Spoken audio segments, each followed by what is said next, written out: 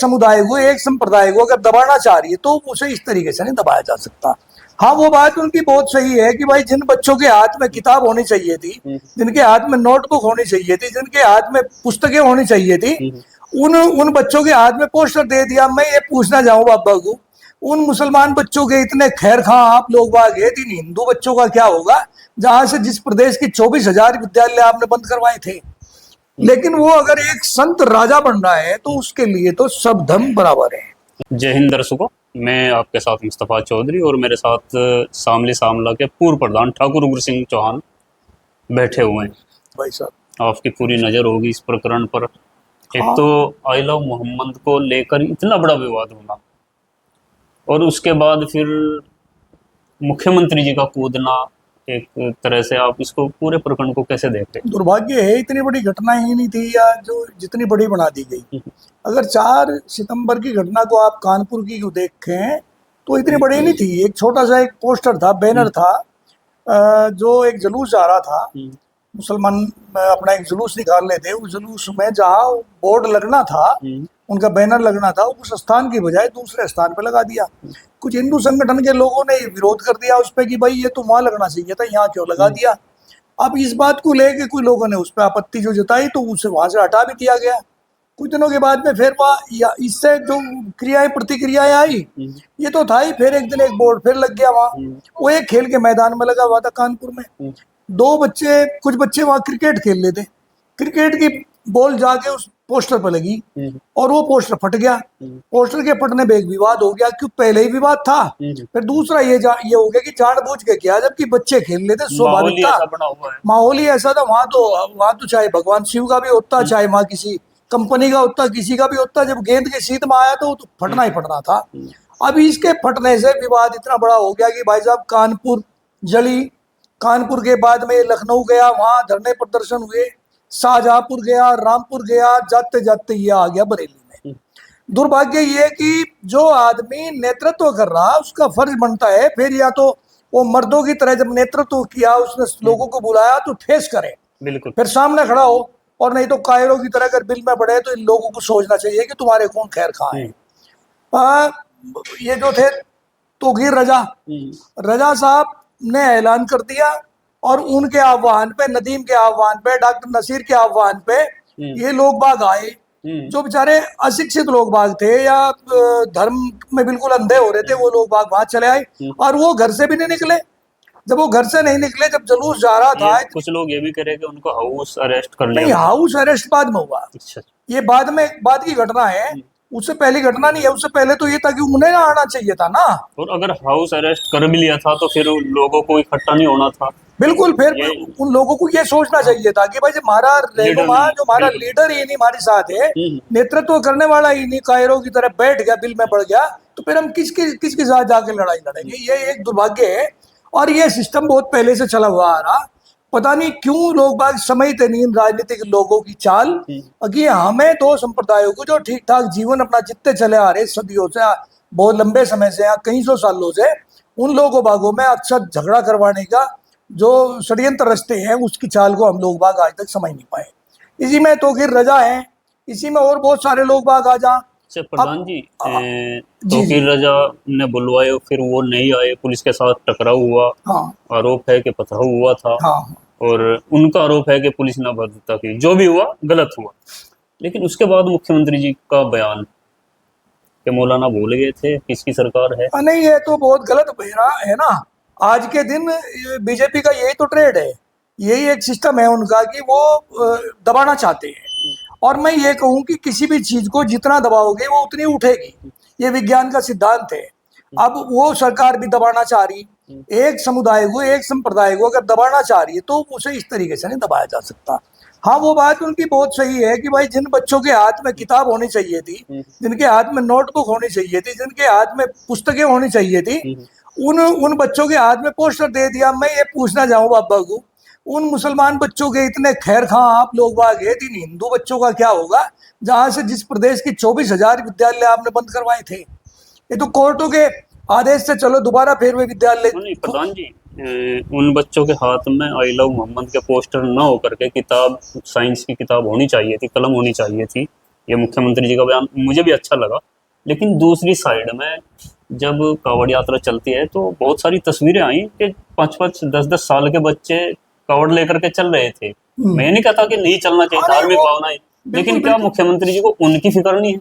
देखिए, ये तो बिल्कुल वो है, ये है तुष्टीकरण की नीति। यहाँ तो एक वाद है भाई, हिंदू और मुसलमान का एक झगड़ा कराना है। अभी इसे सारे मामले को अगर आप गहराई से देखें तो ये है क्या, इसमें है बिहार का चुनाव। अभी बिहार का चुनाव सिर पे है, अगर आप झगड़े नहीं करवाएंगे, लामबंद हो के मुसलमान एक खेमे में नहीं जाएगा, हिंदू एक खेमे में नहीं जाएगा, तो इनके में सब ऐप नहीं खुलेंगे क्या? लोग बात पूछेंगे नहीं कि भाई रोजगार कहाँ है, अग्निवीरों का क्या हो रहा है, विद्यालयों का क्या हाल है, किसानों की क्या पोजीशन हो रही है, रुपया कहाँ चला गया, पेट्रोल के दाम कहाँ है, महंगाई कहाँ है, ये सब बात तो पूछेगी।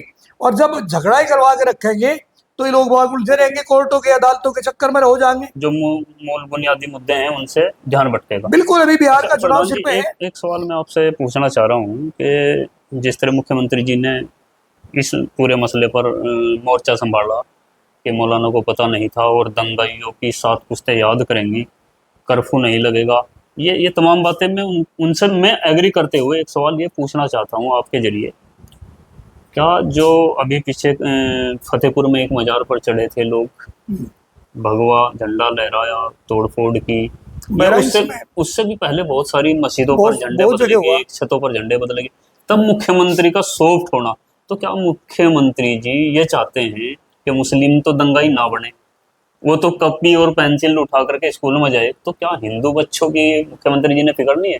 क्या उनको दंगाई बनाना चाहते हैं? बिल्कुल बिल्कुल। देखे, या वो फिर ठीक काम है, अगर हिंदू कर रहे तो वो ठीक है, और मुसलमान कर रहे तो वो गलत है? बिल्कुल नहीं, राजा के लिए तो सब बराबर हुए हैं। पहली बात तो ये कि आज तक इतिहास में राजाओं से राज त्यागने के बाद में लोग संत तो बहुत बने, लेकिन संत राजा बनते हुए पहली बार दिखाई दिया। लेकिन वो अगर एक संत राजा बन रहा है तो उसके लिए तो सब धर्म बराबर है। इससे तो एक मिसाइल काम करनी चाहिए, एक मिसाइल, वो एक ऐसी नजीर पेश कर देनी चाहिए थी कि राज तो यूपी कैसा होना चाहिए। अब अगर आप यही मान के चलें कि दमन की नीति से अब मुसलमानों को डरा के धमका के उनका दमन करके अगर उन्हें घर में ही बिठा देंगे, प्रधान जी, अगर मुसलमान दंगा करना चाहता है, मुसलमान सड़कों पर उतरना चाहता है, तो बिल्कुल उनका इलाज होना चाहिए। हाँ बिल्कुल, नहीं सही बात, आप बिल्कुल सही है, तो मुसलमानों के हक में है ना। बिल्कुल। लेकिन मैं ये समझ रहा हूँ कि शायद मुख्यमंत्री जी हिंदुओं के साथ भेदभाव कर रहे हैं। नहीं, उनको शायद लाइन पर लगाना नहीं चाह रहे। हिंदुओं के कहा पक्ष की सरकारें हैं ये भाई। आप एक बात देखो, जो मैं वो विषय आपने बीच में रुकवा दिया था, बच्चों के हाथ में किताब होनी चाहिए। मैं ये कह रहा कि उन बच्चों के हाथ में तो आप किताब की चिंता कर रहे हैं, इन बच्चों की जो गरीब बच्चे हैं, चाहे वो हिंदू के हैं, मुसलमान के, चाहे बौद्ध हैं, चाहे जैन हैं, किसी भी धर्म के हैं, उनके विद्यालय आपने क्यों छिनवा दिए? ये सोच कहाँ से आई थी कि 24,000 विद्यालय प्रदेश में बंद करवाए जा? आपकी आय के तो आपकी सरकार की आयों के बहुत स्रोत है, क्या आय का स्रोत शराब ही रहेगी? जब शराब के ठेके आप 36,000 शराब के नए ठेके प्रदेश में खुलवाएंगे, तो मैं पूछना यह चाह रहा इन विद्वान लोगों से, वृद्ध लोगों से, कि वहां शराब के ठेके में जाने के बाद में क्या गीता और रामायण पढ़ी जाएगी क्या शराब पीने के बाद? वहां तो फिर एक ही चीज अंदर रहेगी, या तो दिमाग अंदर रहेगा या शराब अंदर रहेगी। अब ये बच्चों को इस पोजीशन में लाया जा रहा है, ये मात्र कहने की बात है। आपने सही कहा, जब कावड़ चले हैं तब भी तो छोटे छोटे बच्चे अपने धर्मांध हो के, धर्म के अनुमाद में अंधे हो के हर महादेव जय भोले बम भोले का नारा लगाते हुए चले। जो आई लव मोहम्मद के पोस्टर लिए हुए हैं, उनको मोहम्मद से प्यार है, महादेव से प्यार है। भाई प्यार तो किसी को किसी से भी हो सके। मोहम्मद साहब भी, उनका भी एक उनके अनुयायी हैं, वे अपने से प्यार करेंगे। जो हिंदू हैं वे अपने अनुयायियों से प्यार करेंगे। और हिंदुओं का क्या, एक महादेव ही है मेरा ख्याल के, इनके तो बहुत सारे देवी देवता हैं। आप वो सबसे प्यार करेंगे, बौद्ध अपनों से प्यार करेंगे, जैन अपनों से प्यार करेंगे, सिख अपनों से प्यार करेंगे। ये तो प्यार तो जो जिसका है, बल्कि यही नहीं कि वो अपने इष्ट देव से प्यार करेगा। प्यार तो लोग बाग अपने बहुत सारे अपने पशु से करें, बहुत अपनी पत्नियों से करें, बहुत अपनी माँ बाप से करें, बहुत अपने भाई से करें, बहुत मित्रों से करें। ये तो प्यार का क्या, आई लव मोहम्मद कह दिया तो क्या इसमें तकलीफ होगी? आई लव यू तो सब कहेंगे, आई लव यू तो आई लव मोहम्मद कह दिया, या आई लव महादेव कह दिया। इसमें कहाँ की आफत आ गई थी? इसमें भाई साहब मैं तो ये मान के चल रहा कि कुछ चुनिंदा ही लोग हैं जो ये चाहते हैं। तो गिर रजा कैसे लोग बाग है, ऐसे हिंदुओं में भी है, ऐसे मुसलमानों में भी, जो एक सेल है, स्पेशल एक ब्रिगेड है, जिनका काम ही यही है कि झगड़ा करवाया जा। आम आदमी कभी झगड़ा नहीं चाहता, लेकिन वो कहीं ना कहीं धर्म में अंधे हैं। इस वजह से उन्हें किया तो ऐसा ज्ञान दिया गया कि तुम्हें मरना ही है, मरने के लिए पैदा हुए। तो ये मामला इस प्रदेश में चल रहा, क्या बल्कि पूरे देश में चल रहा है।